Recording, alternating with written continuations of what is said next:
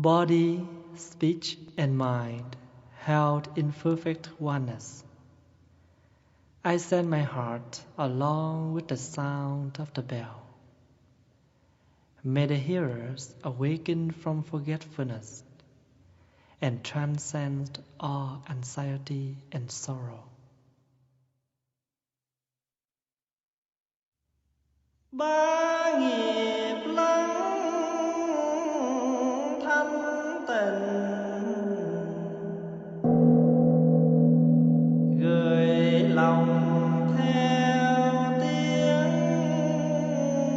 chuông. Nguyện người nghe tỉnh thức, vượt thoát nẻo đau buồn.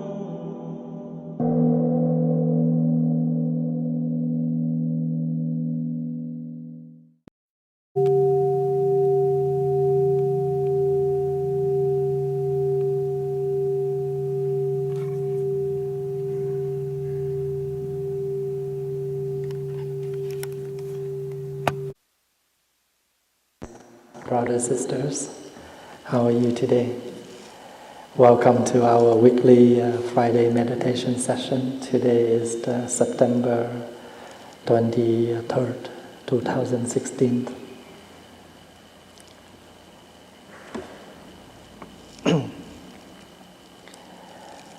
One day there was a group of young people, young men, young ladies. They get together as a group. So they went into a forest to have a picnic. And then in that group, there was a young lady. So what after a picnic, and they play soccer, they play volleyball, and there was a lady who took some of valuable things from her friends in the group, and she ran away. So after the game, they came back and they realized they lose some of their stuff. So they all wandering around and looking for that young girl who stole things from the group. So after they running around, and they met the Buddha, who was sitting and practice meditation. And they stopped in front of the Buddha and they asked, Teacher Gautama, do you see a young lady who just run around here and or hiding us? And then the Buddha asked, why you want to looking for that young girl, young lady? And they say that because she took our stuff. She is a stealer. The Buddha said, instead of wondering yourself, why don't you all sit around me and let me ask you a question? And they all sat down and the Buddha asked, let me ask you a question. Instead of looking for that lady who took your stuff, and looking for yourself, which one is important? And they keep quiet for a minute or 2 minutes, and then they answer, maybe looking for ourselves is more important than looking for a girl who just ran away. When we think we need to looking for something, and do we know that if sometimes we're unable to find that anymore? Instead of that, we're waiting for looking for something, and the more we're looking for, but we cannot achieve, we cannot get it, and the more we get angry. And if we're able to spend some time to calm ourselves, and looking here means finding ourselves, and to realize what do you need, and why you need that. And do you really need that? And maybe you can help yourself to have some answer, and it may help you to calm yourself, and then you start to slow down and you can let it go instead of looking for. Because some of the things we're unable to looking for. And we never know our capacity. We never know our self. Then we may not know how to achieve it. Let's say I want to have a good mark in my school, in my study. But we're just losing ourselves in taking time to study. We may spend a lot of time hanging around with friends, shopping. We at the bar, at the club, at casino. We don't have time for studying. Then how can we have good mark as we expect? So because we're losing ourselves, we don't know this is what we want. But the point is, how can I do something in order to have what I want? So the wanting is fine, but once we lose ourselves, we don't know what to do, and how to do, and when to do, or who to do, then we may have nothing. One day there was a young monk who asked his master, "Master, what does people fear the most?" And the master asked him again, asked him back. The master asked, "Then what do you think?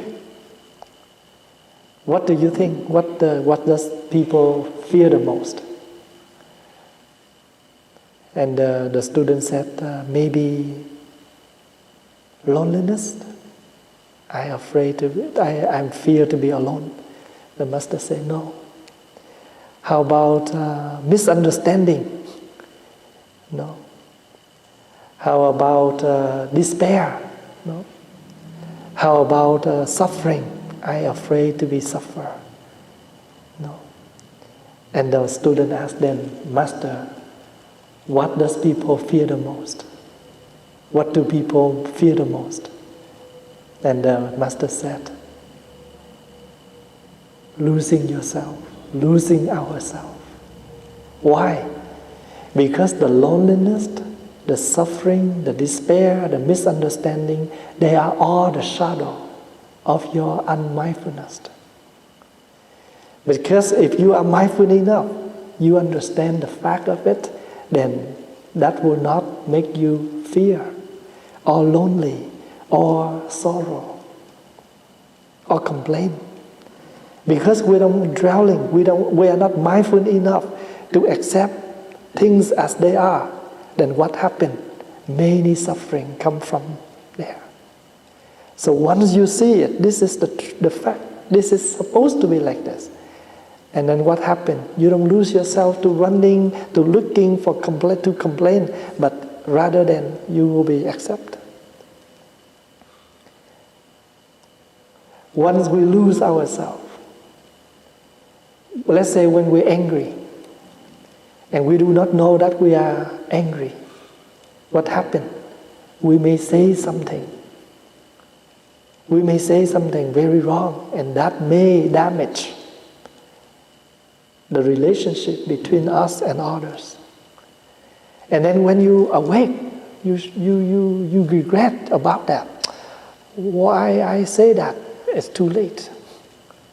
So when the more you're angry, the more you need to find some time to come back and calm yourself down. Because once you lose yourself, your mindfulness, you lose yourself, who you are, you may say something very wrong, and it doesn't fit with your situation. Let me say that, let's example, if I am a monk, okay, and what the expectation from others for the monk? Nice, calm, always smile, relax, and very stable. But if someday I get angry, I lose my mindfulness. I don't know that I am a monk. And I just follow my anger. I explode along with my anger. I may say a lot of wrong things. And after that, I will regret. People will judge, as a monk, how can he do that? How can he say that? So once we lose ourselves, then we lose what happened, our situation, our practice. As a president of a country, as a teacher, as a boss, as a supervisor, we have to be very mindful on where we are and who we are in order to express something. One day there was a monk who standing on the top of the hill and he declared, very happy, I am a winner, I am a winner. And on the way back there was a king who just joined the war and he victorious for that. And he very happy. He said he think he is the king, he is the most beneficial. And how come there is someone who can declare I am a winner? So the king asked him, Master, what did you win from? And who did you win from? And the monk said, I win myself. Because I have attached so many things and today I'm able to let go all of that. I'm able to forgive. So I am able to overcome. So I realize I am the real winner. So then, same thing. We all have desires. Even we are a monk, a monastic, or just a lay person. But as a human, we still have desire. And there's nothing wrong for desires. But once we lose ourselves, we do not know who we are. We just follow up with the desire. We may get into the negative desires. Let's say I'm thirsty. I'm thirsty. I want something to drink. So wanting something to drink is already a desire. But desire is positive. This is the need. This is the need for our daily life. Drinking, eating. When I see a jacket, I know, I like it, I want it. But with mindfulness will help you to have enough. You have a desire, but just for enough for your need. But you will not overcome what you need. Let's say somebody, one day there was a lady, a couple who want to buy me a jacket with the real leather. And I said, no, as a monk we cannot use that. They said, it's okay, it's warm. I said, there are a lot of more things, a lot of other things that appropriate for a monk to wear. Or if somebody come, I remember 10 years ago, there was a man who go back to Vietnam for business, and he doesn't need his car anymore. He offered me very luxury vehicle, and I refused. I said, if I drive this car, even you don't need it, but maybe people don't know about that. They may say, oh my goodness, a monastic drive a very expensive vehicle. So if I lose myself, I may accept that vehicle. And then many problems after that desire. So why we do meditation? Just to calm ourselves, and we can stop right in front of something we want. Right in front of when we almost get into a negative. So there's nothing wrong that we want something. But we should know who we are in order to get up something appropriate for our situation. As a monastic, we need a jacket, we need a shoes, we need something. You know, this is something very daily use.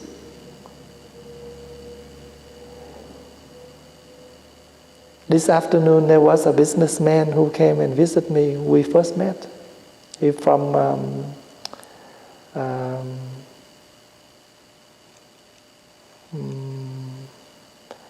some Asia country. And he said, do you allow to laugh as a monk? do you allow to smile? Do you allow to joke? I said, why not? So before, when I walk him to the door, I just want to say, you know what? Buddhist practice is to turn you to become a real human, not to turn you become a rock. As a real human, you know, you have feelings, you have emotions. But with mindfulness, with the practice, you know how to manage your emotion. Even something you so exciting, but you cannot act like like a normal person. You just jump and, you know, react. You know how to manage. Or sometimes you face something very anger, but as a normal person, they can explode your anger. But as a monastic, you know how to manage your anger.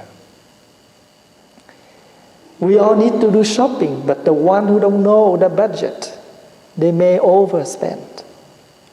But with the one who know about the budget, they will good manage on their budget. So what is the practice here? When we all be able to come back to ourselves, we come back to ourselves, then we will know how to manage everything. And then you can fit. There was a very famous Chinese monk who immigrated and settled his monastic life in Taiwan when he was young. And when he shared with us, and he said that when I was a monk at my young age, I don't have, because at that time the country is very unstable. Many different wars happen, year to year. I have to travel everywhere in order to find a way to practice, to find a way to settle my life. And because of all of that, now I can fit myself in all situations. Sometimes you have to face in a situation, a place or a people which you very uncomfortable. Maybe you don't like this. Why you have to do this? But if you do not know how to come back to yourself, this is the challenge, this is the training, then you will not learning anything. So if you come back to the present moment, come back to yourself, and you can remind you, this is the training. And because you know this is the training, you can easily overcome many obstacles. Sometimes you study and you graduate from this, you have a degree for this, but when you get into your real life, you do some job, nothing related to what you learn. Is that happen to us sometimes? But what happened? Life is the whole text for us to learn, if you are mindful enough. When I was a young monk, as a novice, I am very easy to get angry. I have a hot temper. And I'm willing to stand up and show that I am totally disagree with this. One day there was a man who came to visit, and I don't like that man at all because he think he is he is a businessman. He is a wise person and he donates a lot, so he expects people to respect him and honor him when he come. So the master asked me to make him some tea, and I remember saying, "No, I'm busy." So I walk away. So the master, he can explore with me. He can say, "You are my student, you have to do this," stuff like that. But the master I can realize he tried to calm himself down. And he stand up and he make his own tea to offer to that man. The master hold that for 1 day, 2 days, and one day I remember at noontime, he came to sit beside me. And he said, 2 days ago you did that. It's very rude, it's not polite. And it's not the way a student should react to their teacher. I am thinking to let it go and forget about this. But I tell you the truth, I already forgive you, but I need to lecture you. I need to tell you this is wrong, so you change yourself. Another time when I express I disagree with what the master did, and you know what he said? When you're in my situation, you know what to do. He doesn't tell me, I'm wrong, I'm right. But he just told me that when I am in his situation, and I'm supposed to know what to do. And this is exactly what happened now. Where you can explode when you are young, but you know what? The more you grow up, the more you mature. The more you grow up, the more you understand about life. The more you grow up, the more you're supposed to become, and this is not the way to behave. Because life is too complicated. It's not exactly as easy as you want. Maybe when you're young, when you were young, you want drink, your mother will offer you a drink. When you want a cake, your mother will offer you a cake. And you thought you are the king. But when you walk into life, you are not a king. You are a servant. You are a labor. You are the labor of everything. But that labor will bring you into a businessman. You have to start from the very low in order to gain a high position. Is that true? We have to study since we are, play school, kindergarten, and then grade 1 until what happened? University. But when we don't have a job, after we graduate, we're looking for a job that, fit with our study. No job. What happened?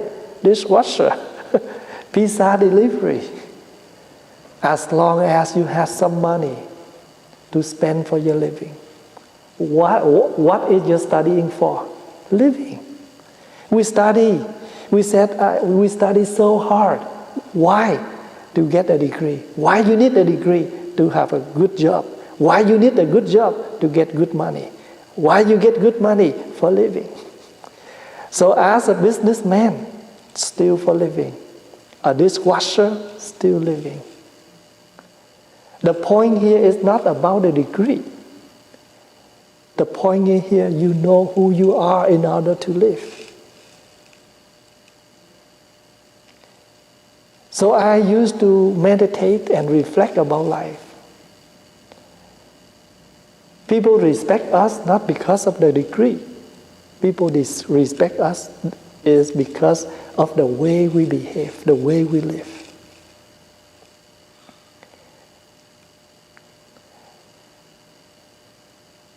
Remember last week I shared with you, sometimes life can be successful in a very simple way. Like a young man who looking for a job. On the way he walked upstairs. He saw some garbage. So he just bend himself down and get some garbage, put in the bin. He get a job. Life sometimes successful in a very simple thing like that. You know, your problem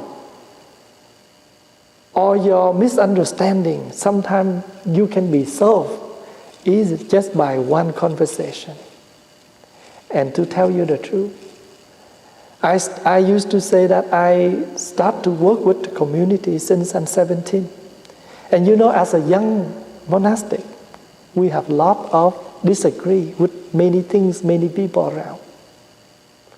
But after many exploring like that, and I realized nothing that I gain, but what I gain? More enemies instead of friends. Because you just explore, this is who am I. And you think this is good. No, it's not good. But you never accept this is wrong. Why? Because you still have a lot of temper in you.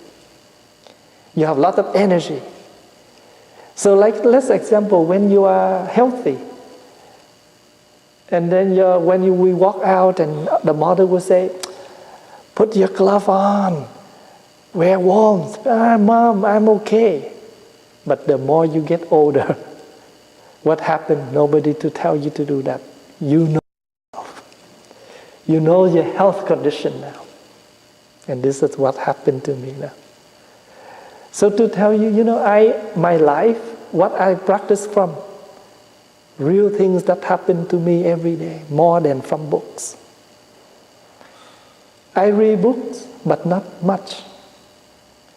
But what I learn from, real life. Every day. I have some new things that happen to me and I learn from that. Sometimes people try to lecture me. And in me, something raise up. I'm a monk. I know what to do. Sometimes that raise up in me. But after that, I come back to my room and I reflect. Why they say that? Maybe we have done something, and maybe the idea is something for us to learn. And I tell myself, I need to practice more. Because sometimes I attach to my situation, to the fame I have that I am the abbot, I'm a monk. So this is what we call come back to yourself. The more you come back to yourself, the more you're able to take care for yourself. And when you're able to take care for your anger, for your disagreements, then you're helping yourself, but you're helping others too. You make people more easily to dealing with you. They don't have to think, too much before they deal with you. The one who know how to come back to themselves and manage the anger, they give people around them, more easily before they want to come to talk to you. If you're not the one who easy to talk with, they have to think too much how to put things together before they can talk with you. And this has happened to me too, because sometimes I know a lot of people, very hard to deal, very hard to talk with. And before I want to come to that person, I have to put things in order to myself. How can I find a good time to talk with them? How can I express this to them? And sometimes we tire with that, right? And then what happened to me? I learned and I said to myself, so I know then I learn how to be easy so people don't feel headache the same as me right now. Because sometimes I feel headache when I need to deal with someone. So what we want, then try to do the same to others.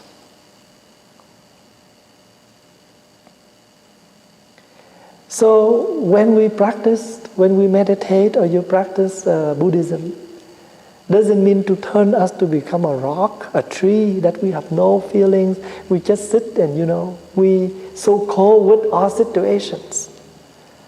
That's not right. But to turn us, to make us to become a real man, a real person, a real human. When we're angry, we know we're angry. Knowing angry is mindful on your anger, but not enough. Then what do you practice to taming your anger? This is what we call completely mindfulness.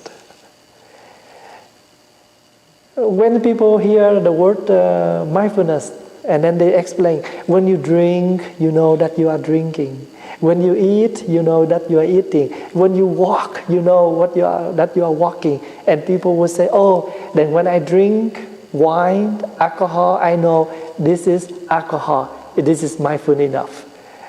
It's not enough. When you know this is alcohol, then the more you drink, the more you get sick. So mindfulness will tell you further, deeper, this is alcohol, this is sick. So when you are playing, when you are, sleep late, you are not mindful enough that you have school tomorrow. You are not mindful enough that you have something to do tomorrow. And the movie is so interesting. You keep watching, and tomorrow you sleep in and you don't have enough time to wake up early. You remember when you dip into this, and everything will be delayed. Let's example, when you have a flight, you know your flight depart at what time, and you have to be out of, on the way to the airport at what time you arrive there, you already set up like that. Then why can we do that same thing in our daily life? It's okay. If we don't have time, we say, let's skip meditation tomorrow morning. And then one day you say that, second day you say that, for a whole month you don't have even a morning. It's not a sin. It's not a sin. But that can show you don't know how to manage your time and your daily practice, your routine. When you go to a restaurant for a wedding, they don't bring everything, all the dishes at once, right? What is the first course, second course, third course, and the last course is stir fry rice, fried rice and fried noodles is the last one, because that will make you full, and the rest appetite. Same thing. We have to put things in order. So to me, according to the Buddha's teaching, Buddhism is not a philosophy, but it's a training for us to live our daily full and meaningful. You can skip first day of practice, second day of practice, then maybe when you add up for your whole year, 365 days, you don't even show up for the practice even 5 days or 10 days. Nobody knows that. But you should know that. How much time you have for yourself to do this and that. Because this has happened to me a lot of times. I have, to do something, but someday I'm so lazy, I just let it go. And when it's come to the final, I have to rush. And every time like that, I sit down and I ask myself, why don't I do it earlier? And then I will have a promise. I will try to do it earlier next time. And then next time I repeat the same.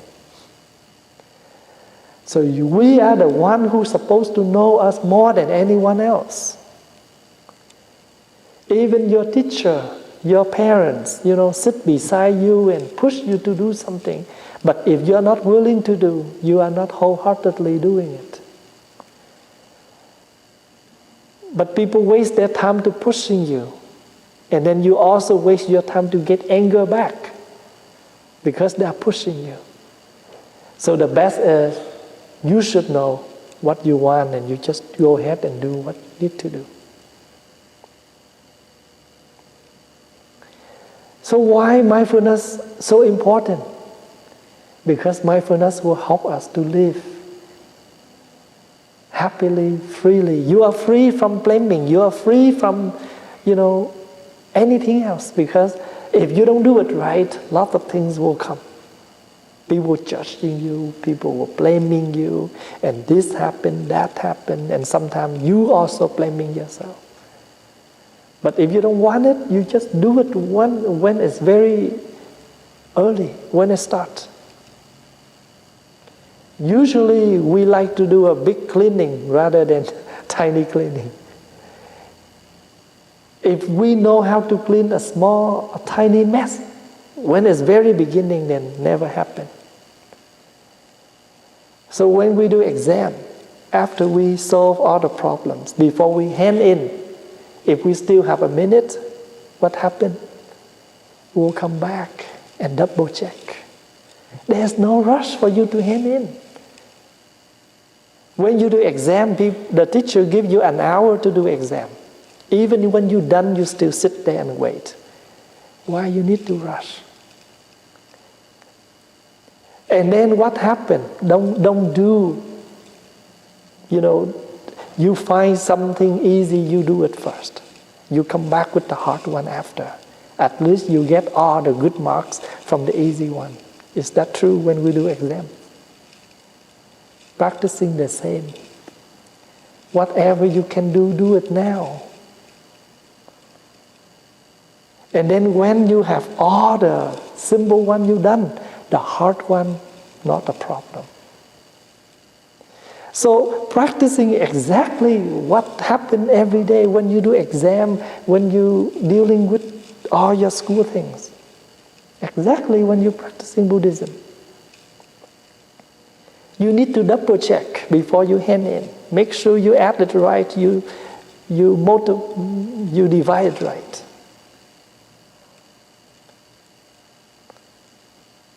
We can sit down and, do quick all the numbers. But after that, we need to sit down and double check. Before we're doing something, we must double check. Before I go to bed, I used to walk down in the kitchen to check all the stove, make sure they turn off. I check the door, make sure it's locked. I check, every day, every time after my travel, where I check first? That area where we plug in for the translation system. Because sometimes people use it and they forgot to unplug. Sometimes I come back on Wednesday, Thursday, still on. And the machine, the very hot. So after I come back from my travel, I bow the Buddha and I walk this area and double check.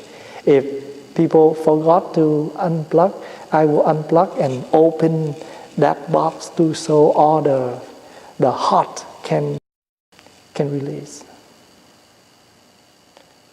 I always do that every night. Very rarely, someday I really tired, then I don't do, but usually I will make time to walk around the temple once. And not because I'm afraid to lose something in the temple, but this is also a training for myself. I need to double check. Try my best to double check before I talk. So remember, when you do something for someone, don't think you do for them. You do it for yourself. When I serve someone very late at night, like this early morning, about 5 o'clock in the morning, a lady who very suffering about the conversation between her and her daughter. And she called me very early because she tried to hold for the whole night, and she wait until early morning to call me. Even 5 o'clock still early, but it's better than 3 and 4 and 2. And after 30 minutes we talk. I can hear her voice more soft because I have talked to her, I listened to her. And then she say, "Oh Thầy, thanks for your listening, thanks for your time, thanks for your help." But actually, at the time I listen to her, I don't feel that I'm helping her, but I'm helping myself. I'm helping myself that I would, sometimes maybe we will say, "This is my sleeping time." But you train yourself. So usually, how can I, continue to work and work like that? Because most of the things I do, I don't think that I do for others. But these are all for myself. And when I know that, who is myself? I am part of the community. If she is happy, I play my role. Because as a monastic, why you become a monastic? Because you want to turn your life into something for others. And you see that your life is not waste.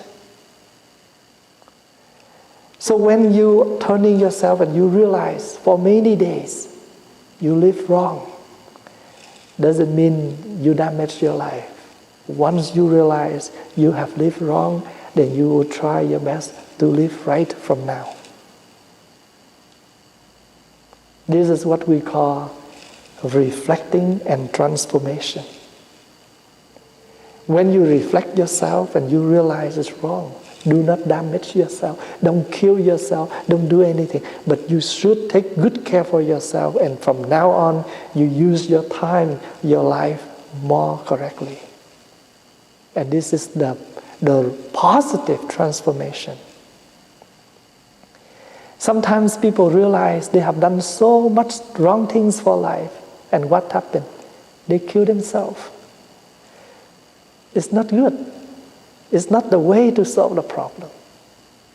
If you realize that for 20 years you have used your body wrong, your time wrong, and now you still have time to use it right.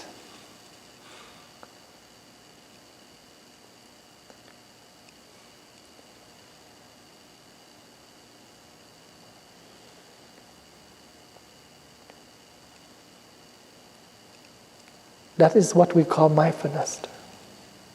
The mindfulness of living, mindful living. So come back to yourself. Very important.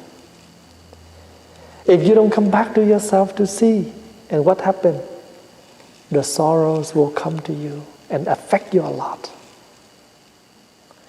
And remember, the sorrow, the suffering, the loneliness, the argument, those are all the shadow of your unmindfulness. When you are mindful enough, another shadow will come, happy, reflecting. So once inside is not happy, the shadow also not happy. So that's why in the Amita Sutra, they explain and they try to tell us what happened in the Pure Land. And this is one of the describing. In the Pure Land, there was a big lotus pond. And many lotus bloom in that pond. If it's blue, will shine out the blue light. If it's yellow, or radiance with the yellow light. If it's white, then you will see the light, the white as the light. It's red, you will see it red. What is that explanation mean? The lotus is us. The light is what happened. The reflecting is the shadow. If you're happy, people can realize you're not happy. If you are not happy, people also can realize you're not happy. So the suffering will disappear if you know how to come back to yourself and you take good care for yourself happily. So you don't have to worry or to afraid. I am afraid to be lonely. Yes, if you are afraid to be lonely, then you can do something so you don't feel lonely anymore. Because you know that right now you have a lot of friends around. How can we tell we have friends? If you still receive the message from the text, you receive small gift from your friends, you receive phone call from your friends, you receive New Year's card from your friends, all of that will tell you still in their heart. If one day nothing come to you anymore, then you know what happened. So that's why when we meditate, we sit quietly down and we calm ourselves and we reflect. So the Buddha asked the question, looking for a girl or looking for yourself, which one is important? That lady already gone. And let's say if you can cut her, what happened? But if you lose yourself, many suffering can be happen. If you come back to yourself, many happiness can be happen. If you have lot of angry argument between you and your friend, and when we tell to someone, we always, bring all the positive and the right to us. And then you sit down and you reflect why we have argument. And we find the root of it. So the master also tells the student, what people fear the most is we don't know who we are. Once we don't know who we are, we can do a lot of wrong things.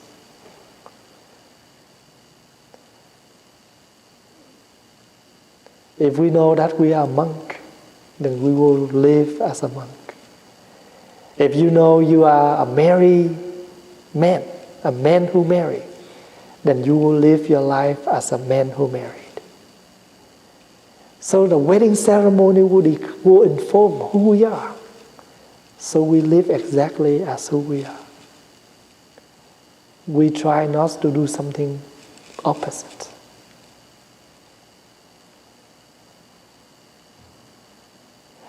Yesterday, there was a lady who called me and said, Thay, you know what?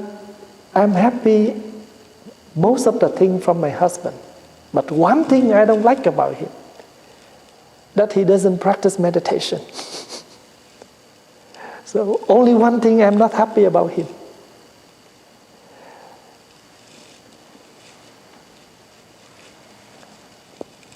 And he said, and he asked me, do you have any idea how can I push him to do meditation? And I said, now I can have an answer for you. How can I push you to let go of that attachment? You see what I mean by that? You ask him, just take a little bit of more time to do this and you will be happy. Then why don't you ask yourself, how about let me take a little bit time of let go of this attachment? So when people ask the Buddha, when I do meditation, what do I gain? The Buddha said, when you do meditation, you lose everything. And then that man surprised. Why lose? You lose your anger, you lose your ignorance, you lose your afflictions. You don't gain anything. You lose. You lose all the negatives. But when all the negative absence, what happened? Positive. But you don't have to declare this is positive. So when you come enough, you don't have to declare, I am a Buddha. Nobody declare, I am the Buddha. But once you can live, totally with this awakening, then you are the Buddha. Life is only two things. When you lose this, that is happened. It's natural. When I don't eat meat, that means I'm vegetarian. So people ask me, Thay, are you somebody they don't know about? They said, are you full vegetarian? I said, no, I'm not. I'm vegetarian, but I eat every single day. I'm not a whole life vegetarian. Every day I wake up, I just know this is the day of vegetarian. I don't declare I'm a whole life vegetarian. I'm daily vegetarian. So when you remember, you don't have to put in front of you, what do I gain? But remember, the more you lose all of that attachment, then things can be appear. Tomorrow we will have a mindfulness day. So I hope to see you, some of you tomorrow. Thank you for your listening.